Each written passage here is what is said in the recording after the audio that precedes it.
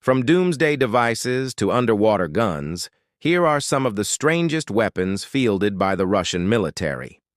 In 2018, footage leaked out of what appeared to be a tank with wings. Videos of the so-called flying tank were all over social media, and it wasn't clear if it was real or fake.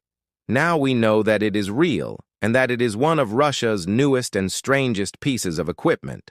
Dubbed the A-40, this flying tank is more accurately described as a ground-effect flying machine. It kind of looks like a flying saucer, and while it doesn't have any offensive capabilities, it does offer some limited defensive capabilities and could potentially play a role in reconnaissance missions. But how does it work? As a ground-effect vehicle, it uses the air cushion principle to move across land and water. Airflow under the craft creates a low-pressure environment below and a high-pressure environment above.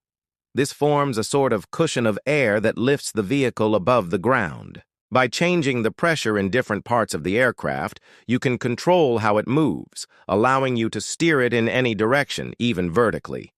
These vehicles aren't just fun to play with, they're also relatively practical. Because they hover just above the surface of the water or the ground, they are much less visible than other aircraft. They can also carry large loads and move surprisingly quickly. One source said that the A-40 can reach speeds of up to 75 miles per hour and can fly for up to 3 hours at a time. Because it hovers just above the surface of the water, it's likely that the A-40 would be used in shallow waters for surveillance purposes. It could potentially be useful in lakes or rivers where it would be very difficult for a boat to operate because of the surrounding trees or buildings. But there are still some problems with this type of vehicle. The biggest one is that it's very sensitive to weather conditions. If there's too much wind or rain, it can throw off the delicate balance of pressure and cause the vehicle to crash. This is why most tests are done in calm weather conditions. So far, these vehicles have only been tested in Russia, and it's unclear if they will actually be deployed in combat anytime soon.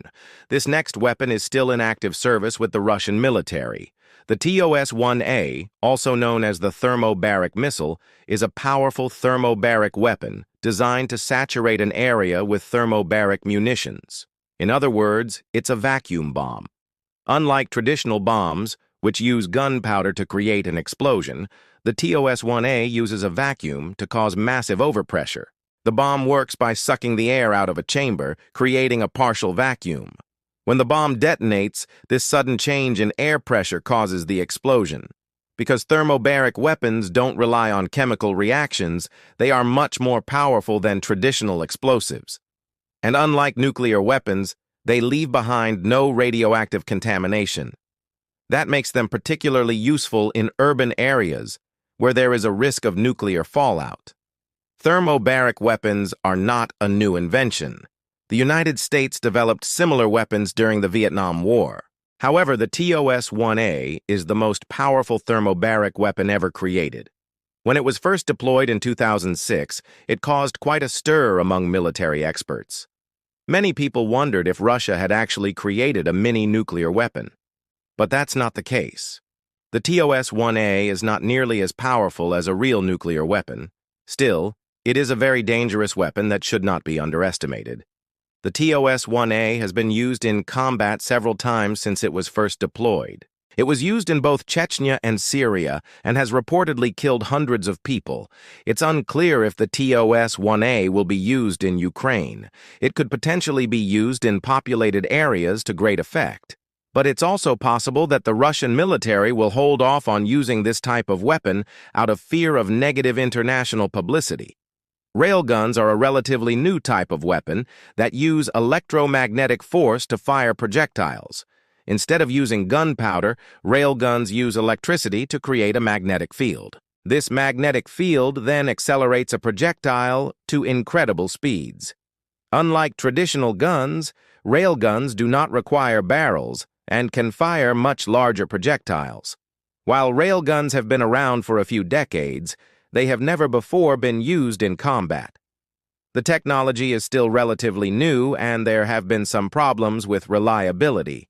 However, it appears that Russia may be close to developing a working railgun. According to reports, the Russian military is testing a 20mm caliber railgun that can fire at targets up to 12 miles away. The gun is mounted on a truck and is designed to be mobile. It is unclear when or if the railgun will be deployed in combat. But if it is, it could revolutionize warfare as we know it. We've all seen assault rifles before, but what about assault rifles? That's right. This is the APS, an underwater assault rifle designed by the Russian military. As the name suggests, it's an assault rifle that can be used underwater. It fires special underwater rounds that are designed to travel through water with minimal resistance. The APS is not a new invention. It was developed back in the Soviet era and saw some limited use during the Cold War. However, it has recently been upgraded and is now back in active service with the Russian Navy. The APS is designed to be used by divers and special forces operators. It can fire up to 100 rounds per minute and has a range of up to 50 meters. While the APS is not as powerful as traditional assault rifles, it is still a very effective weapon. Underwater combat is a relatively rare occurrence, but when it does happen, it's usually close quarters fighting. In these situations, the APS is a valuable tool for any military. If you thought the flying tank was weird, wait until you hear about the Dead Hand. The Dead Hand is a top-secret Russian nuclear weapon system that was developed during the Cold War. It is designed to automatically launch Russia's nuclear arsenal in the event of a first strike against Russia. The Dead Hand is also known as the Perimeter or Object 27, and it consists of a network of nuclear warheads, intercontinental ballistic missiles, airborne launchers, and ground-based command posts. The system is fully automated and does not require any human intervention. If a nuclear attack is detected against Russia, the Dead Hand will automatically launch a retaliatory strike. This ensures that even if Russia's leadership is wiped out in a first strike, its nuclear arsenal will still be used. The Dead Hand is a bizarre weapon, but it makes sense in the context of the Cold War. During that time, the United States and Russia were constantly on the brink of nuclear war. Both sides knew that if a nuclear attack was launched, it would be devastating. So each side wanted to make sure that it could retaliate, even if it was blindsided. The Dead Hand is still in service today, although it has been modernized. Russia has no plans to get rid of this bizarre weapon anytime soon. So what makes these weapons so strange? What separates them from more conventional weapons? There are many different answers to this question, but I think it boils down to three main things. First, these weapons are often the result of trying to solve a problem that doesn't really exist. For example, the TOS-1A thermobaric weapon was developed in response to the perceived threat of U.S. air power in Afghanistan.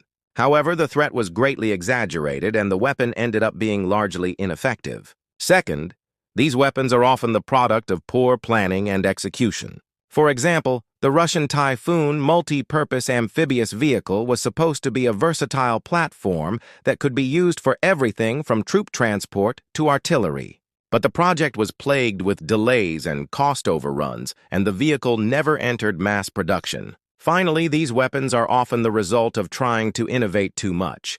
Do any of these weapons actually have an impact on the battlefield? Some of them, such as the TOS-1A thermobaric weapon, have been used in combat with some success. However, most of them have not been widely used, and their effectiveness is unknown. It is possible that some of these weapons could prove to be effective on the battlefield. However, it is more likely that they will continue to be largely ineffective and serve little purpose in modern warfare. All right, viewers, it's time to make your voice heard. Which of these weapons did you find the most fascinating, and which one did you find the least fascinating? Leave a comment below to let me know. Would you like an edition featuring strange weapons from the United States or China? Let me know in the comments.